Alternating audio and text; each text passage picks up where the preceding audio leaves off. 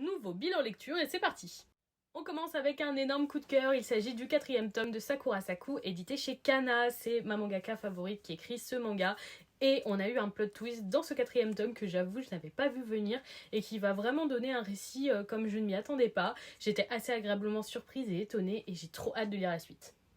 De chez Doki Doki, ensuite j'ai lu le 3e tome de Conqueror of the Dying Kingdom. Pour une fois que j'aime bien un isekai, le côté très politique de ce titre fait que ça marche vraiment bien. Ici on a pu découvrir le système d'éducation et de nouveaux personnages qui vont être à l'école avec notre protagoniste. Très prometteur, j'avoue que je suis hyper curieuse de lire la suite, je pensais pas être autant emballée par ce titre et pourtant.